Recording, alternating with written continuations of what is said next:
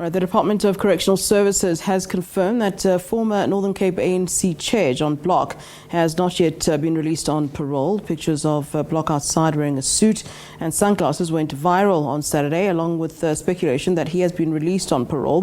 The Department of Correctional Services has now clarified that Block has been granted compassionate leave to attend a family bereavement and remains an inmate. Corrections Services spokesperson Singabakho Nxumalo says that Block is yet to be considered for parole. Block was found guilty of fraud, corruption and money laundering in the Northern Cape High Court in 2015. He was sentenced to 15 years imprisonment in December 2016. Cervical Cancer Awareness Month is commemorated annually in September to encourage women to do screening and prevent cancer. The goal of screening for cervical cancer is to find cervix cell changes and early cervical cancers before they cause symptoms. According to the National Credit Regulator, cervical cancer is the second most common cancer among South African women, but the cancer women die of most in our country. Women in South Africa have a 1 in 42 lifetime risk of cervical cancer. To take this discussion further, when I joined via Zoom Professor Michael Herbst from the Cancer Association of South Africa. Prof, a pleasure to have you on the show. Thanks very much for joining us. Good afternoon to you and to everybody who's listening and watching. All right, let's put the spotlight then on this silent killer that is cervical cancer. I want to talk about how prevalent the disease is in South Africa as a start, but also, Prof, I'd like to talk to the misconceptions about cervical cancer. I remember when, when I was in varsity, I'd hear things like, cervical cancer usually targets women who are quite promiscuous, things like that. There's a lot of misconceptions around cervical cancer, its causes, and also if we can just talk to the prevalence of it in South Africa.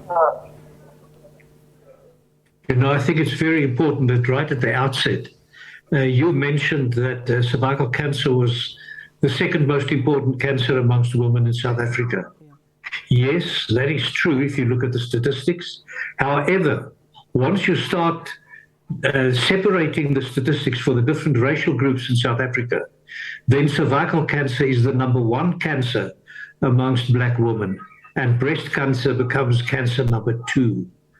And you're also correct in saying that there are so many misconceptions around cervical cancer. And it's very, very wonderful to know that the SABC has taken it upon themselves to clarify some of these myths and misconceptions. And it's lovely for me to chat to you all this afternoon and try and clarify some of these misconceptions.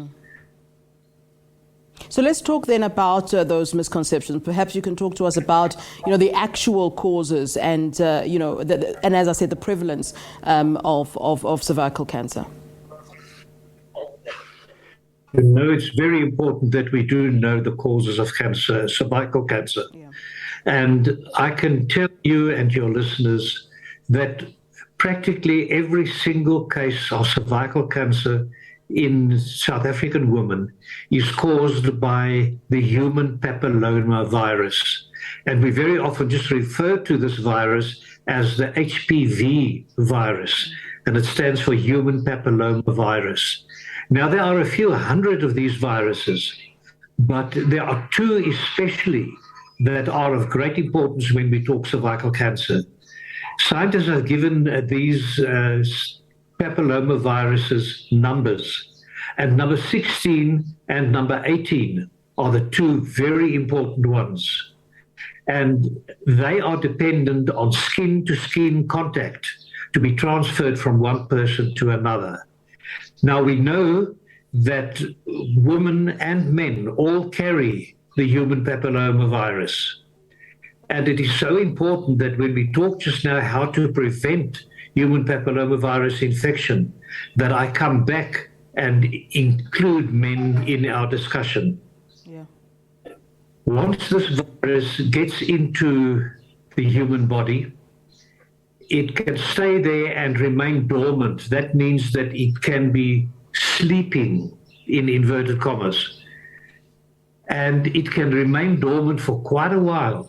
And we don't know why. All of a sudden, it may decide to wake up and start changing the cells within the cervix.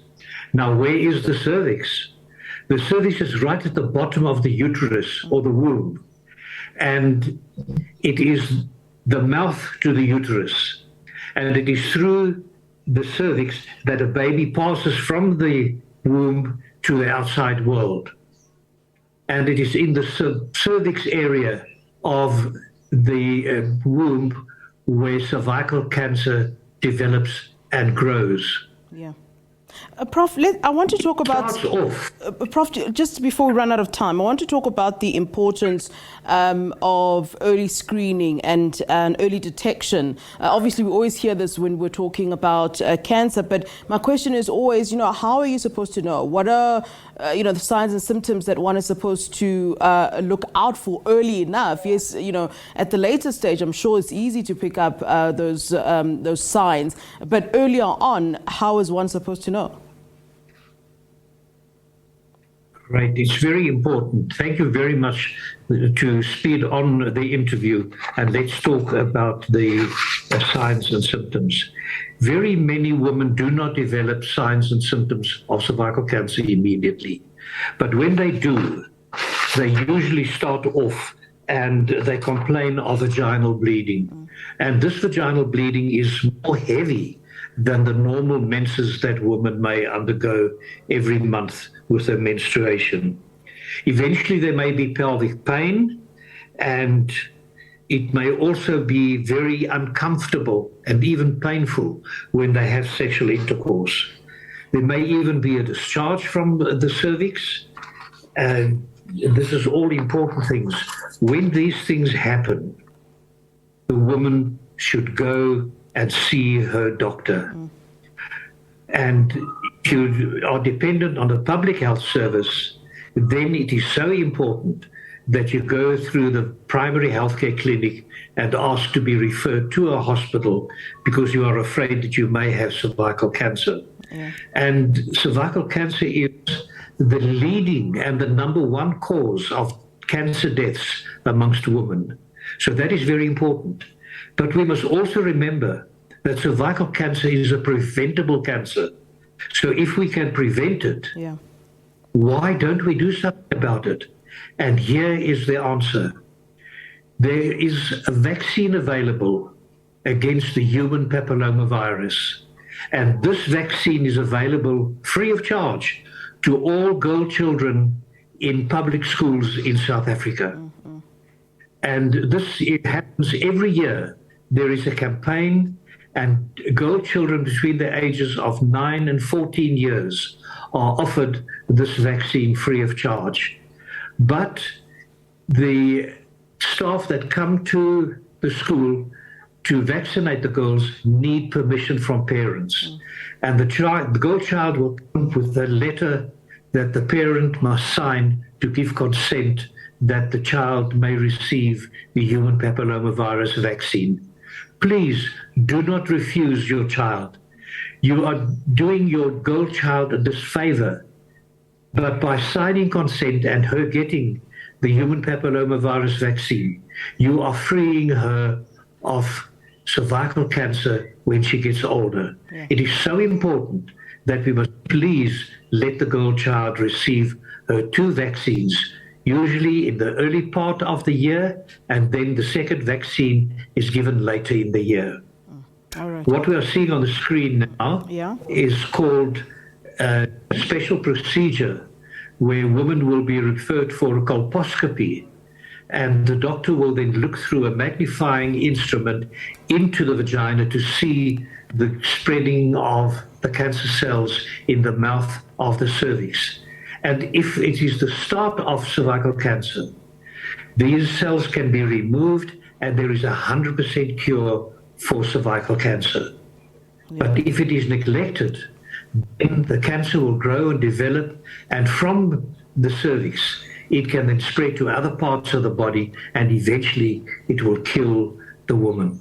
All right. Prof, thank you very much for giving us all that much needed information on cervical cancer. Definitely something that we all certainly need to pay attention to. Thank you very much, Prof, for giving us your time on SABC News.